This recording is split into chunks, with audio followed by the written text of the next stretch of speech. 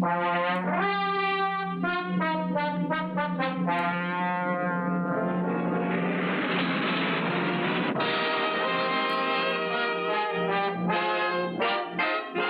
Man and the Challenge, brought to you by...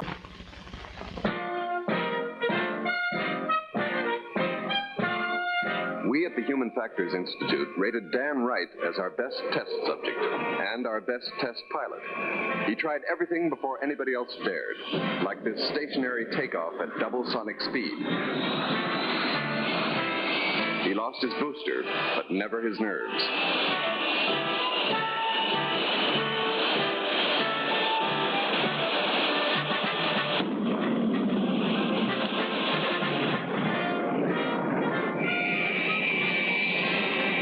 Dan Wright, 3 months later, testing a seaplane, crashed into the ocean. A helicopter and a crash boat were on the spot to pull him out. We pulled him out unhurt, but he wasn't the same Dan Wright.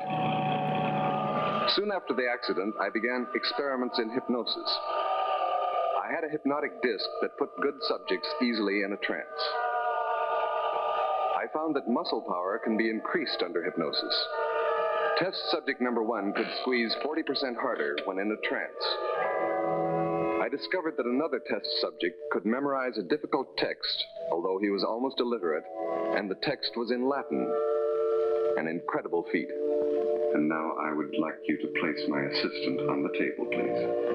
Now, I found that I didn't have to be present to give suggestions. I could use radio voice instead.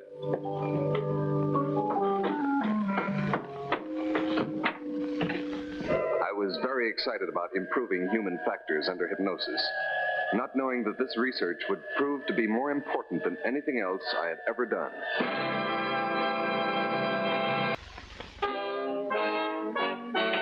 Next morning, I was called into Dr. Kramer's office. He looked concerned and got to the heart of the matter at once. Glenn, I want you to stop these hypnotic experiments at once. Well, why? Why? Because you have no right to waste our resources on any unscientific notion that just happens to strike your fancy. Well, now, wait a minute. Hypnosis is not unscientific, and you know it. What's the matter with you? Oh, it smacks of mysticism and black magic. The Human Factor Institute is not a three-ring circus. Now, look, I was hired to try to find ways to improve human performance, and I'm willing to use any method. I don't care what it is, black magic, tea leaf reading, voodoo, as long as it improves human performance. You know you're right, Glenn. Come on, relax. Sit down, sit down. You know, I just wanted to see how strongly you felt about hypnotism, because I'm going to give you a chance to prove it. So look at that.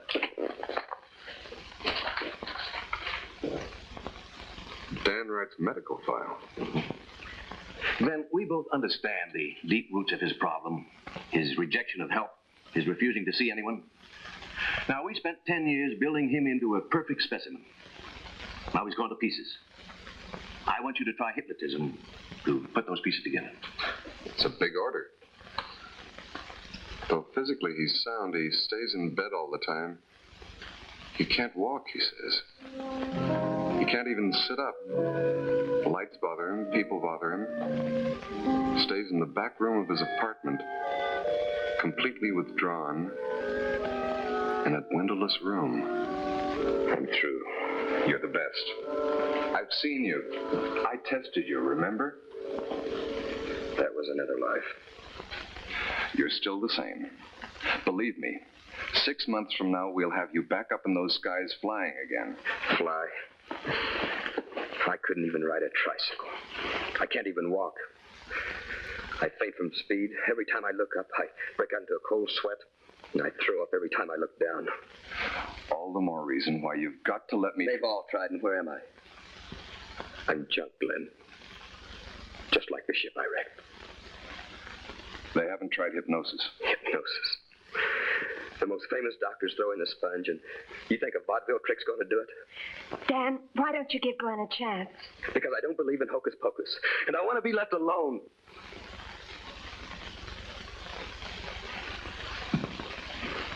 Glenn, wait a minute. Couldn't you hypnotize me? Perhaps if he saw it, he'd think it might work. All right, Phyllis. Dan, This is a hypnotic disc. Phyllis is going to try it. Maybe it will change your opinion. All right, Phyllis, now I want you to sit right down over there. Good. Now, Phyllis, I want you to keep your eyes on the disc. Keep your eyes on the disc. That's right. Don't look at me. Just keep them right on the disc. Good. As you watch the disc, you'll find yourself getting very, very relaxed. I want you to just let go. Just let go. Good. Now you're going to find yourself getting sleepy. Very sleepy. Your eyelids are beginning to get heavy. Very comfortably heavy. They're beginning to close. They're beginning to close. That's right. Just let them go. Just let them go. Good. Now they're closed, and you're in a very deep hypnotic trance. A very deep hypnotic trance. You listen only to the sound of my voice.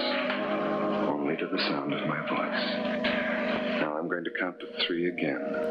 And when I do, you'll open your eyes, but you'll stay in a very deep hypnotic trance. A very deep hypnotic trance. I'm going to count to 3. Open your eyes. 1, 2, 3. Very deep hypnotic trance. She could be pretending, couldn't she? You think so? All right, now, Phyllis. I want you to close your eyes. I want you to close your eyes, and you're going into an even deeper hypnotic trance. Even deeper hypnotic trance. Good. Now I'm going to come around, and I'm going to take your hands, and I'm going to ask you to get up. I'm going to ask you to get up now, Phyllis. Stay in a very deep hypnotic trance. Now follow me over this way. Good. Over this way. Keep following me. Very good. A little more now. Fine. Now I'm going to lower your hands to your sides. And I want you to obey my every instruction, Phyllis. I want you to become completely rigid. Completely rigid now. Every muscle, every fiber in your body completely rigid. Your shoulders are locked into place. Your elbows, your hips, your knees, all are locked into place. Absolutely rigid. Your neck muscles become absolutely stiff and rigid. I'm going to run my hand down your back. It becomes even more rigid. Firm. Absolutely rigid. Absolutely rigid. Now I want you to lean back against my arm. Lean back and become absolutely rigid. Absolutely rigid. Stay rigid, completely rigid. There is no sense of strain or anything else. You're completely rigid now. Completely rigid. You still think she's fooling? Get her off there. Now, Phyllis, I'm going to pick you up. I'm going to pick you up, place you on the floor, and I want you to start coming back. Relaxing, relaxing. You're going to wake up at the count of 5. You're going to feel absolutely wonderfully well. Absolutely wonderfully well. 1, 2, 3, 4, 5. How do you feel? I never felt better. Well, what do you think? Leave me alone. And leave her alone. Dan, you've got to let Glenn help you. Do tricks to me? I'm not ready to be exhibited in a sideshow yet. Go away and stop feeling sorry for me. You're doing a pretty good job of that yourself, Dan. Get out. Get out of here. Dan, for heaven's sake. No, Phyllis, it's all right. It's all right. If you change your mind, Dan, you know where to find me. I'll send for this later.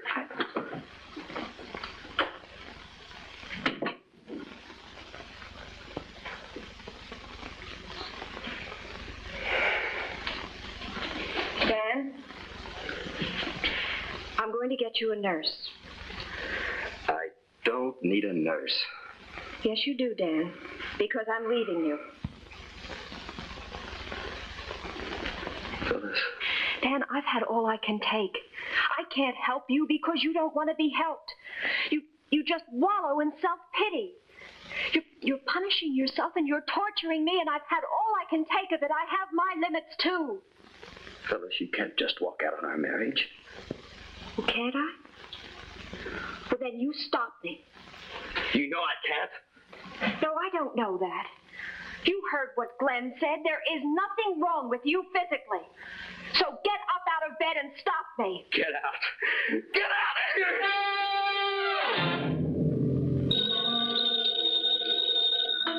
Yes. The call was from Dan Wright. Hello. Tell him I'll be right over. Miss Hopkins, I want you to come with me. I want you to bring the Polaroid camera. I have an idea. What? In a very deep hypnotic trance. I'm going to count to 3 now, Dan. I'm going to count to 3, and you're going to open your eyes, and you're going to look at me. Here we go, Dan. 1, 2, 3. Right here, Dan. Look at me. Good. Now, I want you to get up out of bed. Get up out of bed now. Good. Now walk toward me. Walk toward me. You know you can do it, Dan. Come on. Now, come on. Look at my hand. Walk toward my hand. Walk through the door. You feel absolutely wonderfully well. Absolutely wonderfully well. Good. Now I want you to go to the window. Go to the window, Dan. That's right. Come towards the light. Come towards the light. You want to feel the sunlight on your face. You want to feel the sunlight on your face. Look out the window. It's a beautiful day. It's a beautiful day.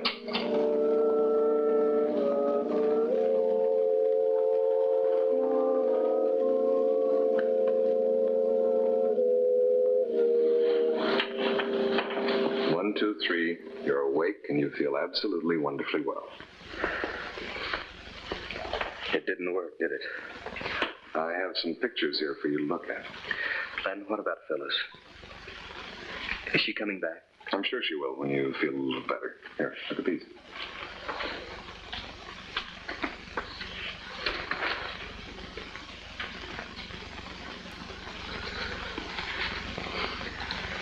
I walked.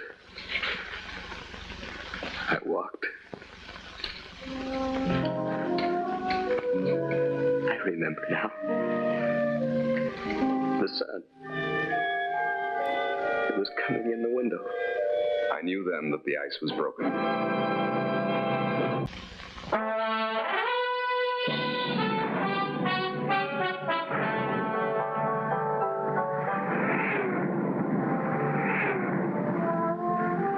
I made him re-experience all the sensations that are connected with flying.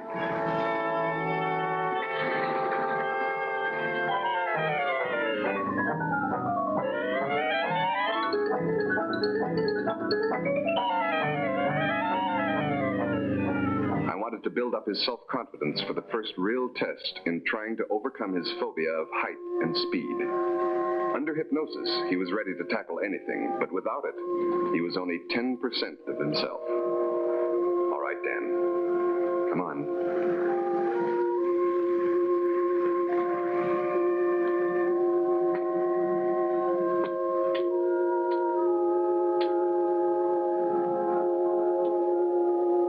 Fine. Just fine.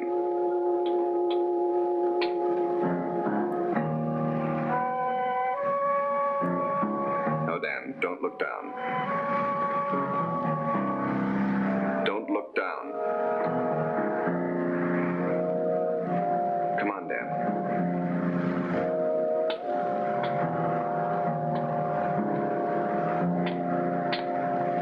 Come on.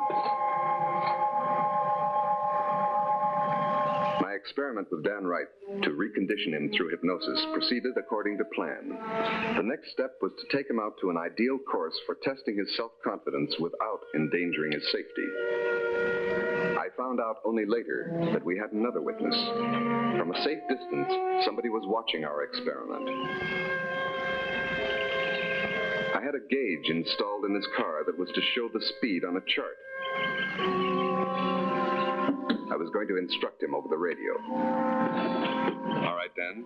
You listen only to the sound of my voice. Only to the sound of my voice. I want you to start the motor now. Start her up, Dan. Good boy. Now, take off.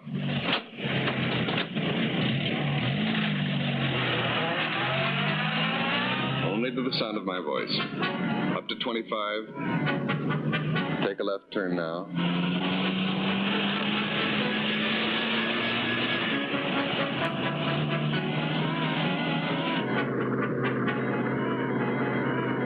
Left turn. That's right, Dan. Now another one. You have complete confidence. You listen only to the sound of my voice. Only to the sound of my voice. Complete confidence. Complete confidence. All right. Now another left turn. Another left turn. Bring her around. Bring her around toward me. Slow down now, Dan. Good boy. Bring her right in here. Right in here. Good boy. Now I'm going to count to 5. Touch your forehead and you'll wake up.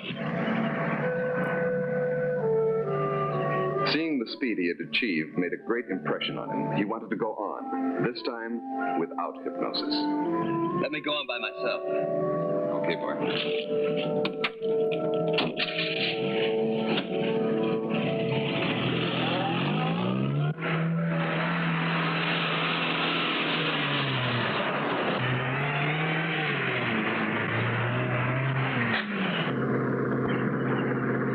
He was doing fine. He must have been doing around 60 when out of the blue sky, quite literally, came a reminder of his crash, a thundering symbol of his fatal defeat.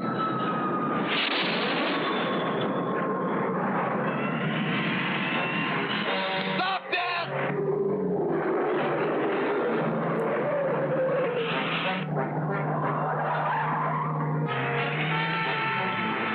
Dan, can you hear me? Stop!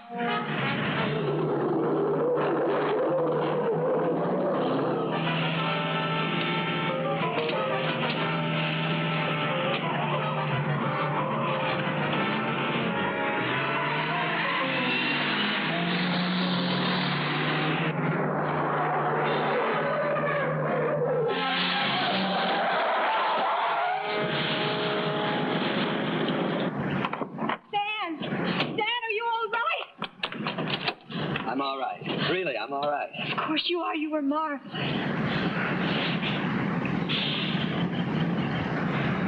All right, break it up, lovebirds. We're going back into town. That was about enough for one day. No, I want to try again. You will. And higher. But not today. Now, come on. I was all right till the jet came. I know you were. It was the first big break. Tough, resilient Dan Wright began to assert himself. Now there was only one major step before he could be sent up into the sky again. Hey, kids. I said, come on. Let's go. I threw him into a situation that combined both aspects of his fears, speed and height. We set up headquarters at a fire truck. Yeah, I think we can do that. Both on the top and at the bottom? Sure. We can seal off both ends. We don't get much traffic on this road now that the new 76 is open. Joe? Listen, I want you to block off the road up at the pass.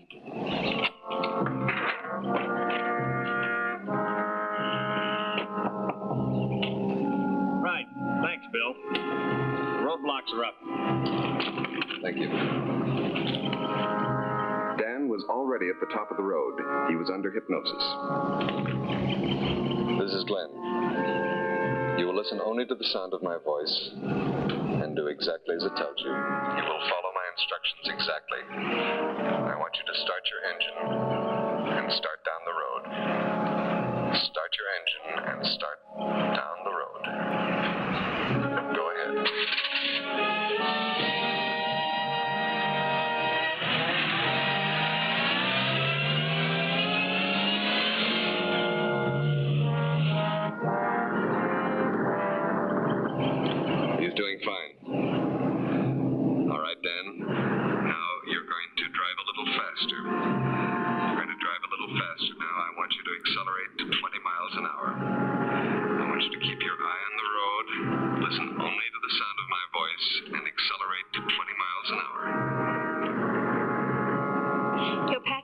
minutes. He's coming into the straight now. All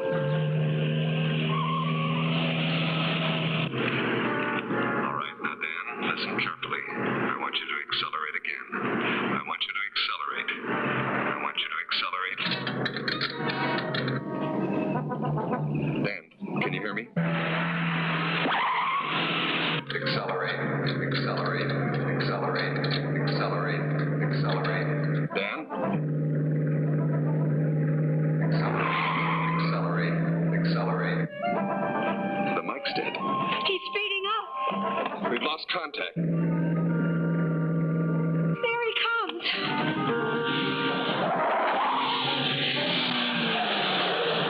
Dan, stop! Wait here! I'm coming with you. I told you to wait here!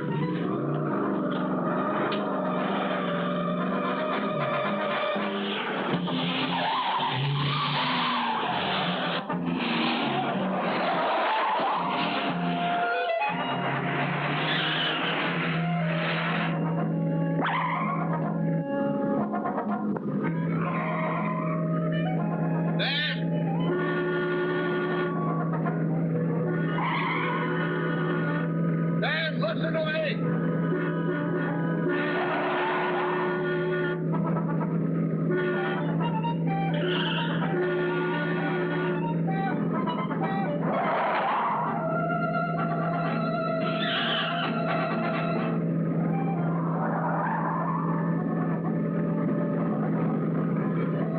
Dan, can you hear me? Stop!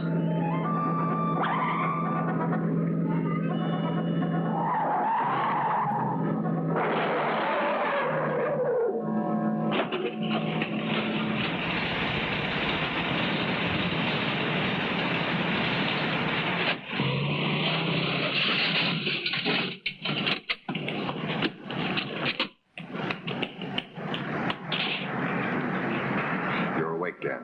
Come on, you're awake. What happened? The aerial broke off. I couldn't get through to stop you. You're going to have to drive. My car's wrecked. I can't, Glenn. I can't. Dan, listen to me. Phyllis is alone. She's scared to death. She doesn't know whether you're in one piece or not. Phyllis? Yeah. Let's go.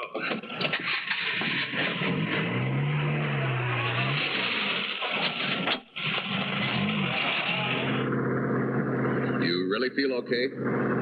I've never felt better in my life. Good. Glenn, how's Phyllis? Why don't you ask her yourself?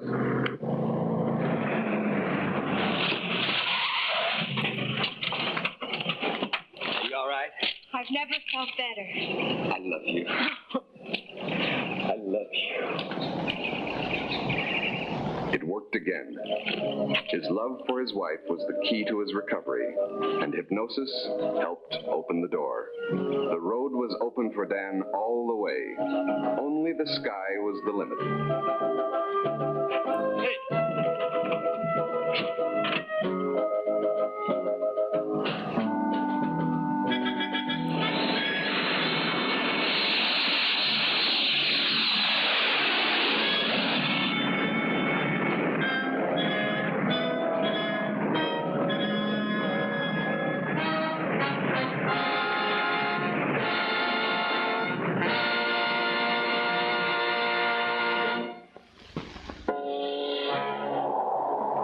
Next week's story concerns a lost expedition.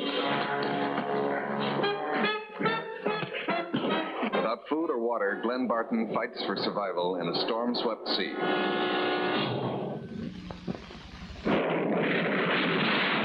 The Man and the Challenge.